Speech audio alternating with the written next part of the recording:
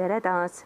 Täna ma ei hakka mingit suurt tööd ette võtma, istutamist või mingit suurt hooldust ja lihtsalt tiirutasin oma aias siin edasi-tagasi ja jõudsin ringiga siia rõduni, mis meil on siin siseõues suuremast liiklusest tükk maad eemal.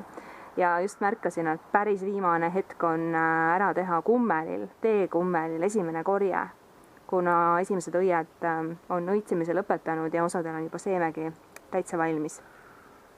Teekummel on küll selline taim, mida igaüks võiks endale kasvatada just selle eesmärgiga, et saada endale neid õisikuid, millest siis teha kas teed või ükskõik mis otstarbel keegi armastab teekummelit kasutada.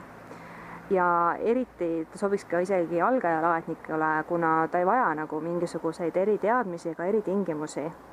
Ta on tõeliselt lihtne kasvatada, lihtsalt tuleb õigel ajal õisikud ära korjata.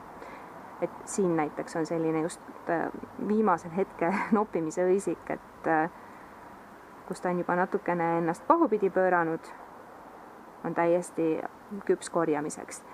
Ja miks minu enda jaoks see korjamine on nagu oluline on see, et ma ei soovi, et teekummel umbrohuks muutuks minu aias, et see port siin taimi, kuskil paarkümmend taime siin ühes rõdukastis, on täpselt selline paras kogus, mis ma saan oma pere jaoks siit korjatud.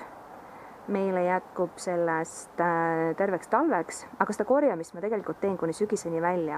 Et kui ma siit need ära õitsenud või õitsev maas või täisõies õied ära korjan, siis tegelikult siit tulevad sellised väga tublid uued õied juba väiksed. Ja saan seda korjata siis siin septembrini välja või esimeste öökülmadeni.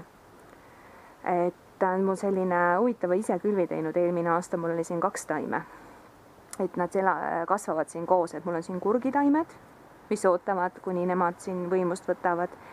Varakevadist on siin veel betuuniad, siin on mungalill on tulemas, üks sarvkannike, natuke saialille, et eks siis aeg näitab, kes siin peale jääb ja kelle aeg siis järgmisena tuleb siin rõdukastis.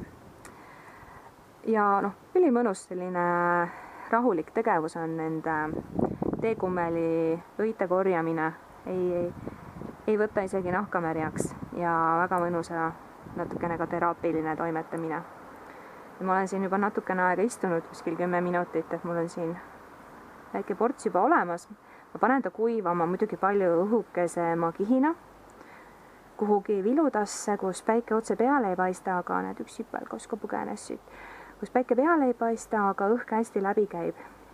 Kui ta on ära kuivanud, siis jääb siit alles, ma arvan, mingi 1/4 ja siis ma panen ta lihtsalt kaanega suletavasse klaasnõusse ja jääb oma aega ootama, kuni mul neid õisikuid vaja on ja mina peamiselt teen lihtsalt teed. Meile väga armastame kummeli teed juua õhtuti just talvisel ajal. Et siin on näha ka, et mul on siin sipelgad ja lehetäid ja veel mingid tegelased, kellele ma nime ei oska anda, et kui neile meeldib see kummel ja neile see sobib, siis sobib see kummel mulle ka väga hästi.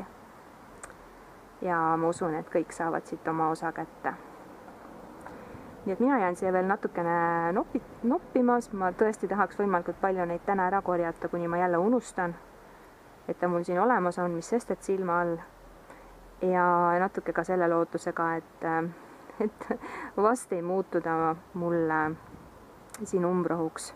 Ta on väga tubli idaneja tegelikult. Isegi praegu, nüüd on juuli algus, eks ole, kui isegi täna külvata kummelit, saab veel see aasta ka õisikuid.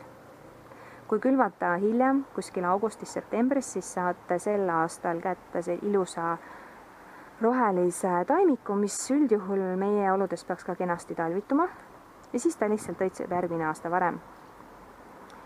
Kui kummeli seemet ei ole parasjagu käepärast, aga on näiteks kummeli teepakikesi, siis võib seda pakki puru ka tegelikult külvata, et oma seeme on selline üsna tolmpeene ja helekollane ja tavaliselt kummeli teepakikestes on küpseid idanemisvõimelisi seemneid ka, et võib proovida. Ja edaspidi siis muidugi juba võtta oma seemet või lasta tal ise külvi teha. Sinna muidugi, kus teil kõige sobilikum on.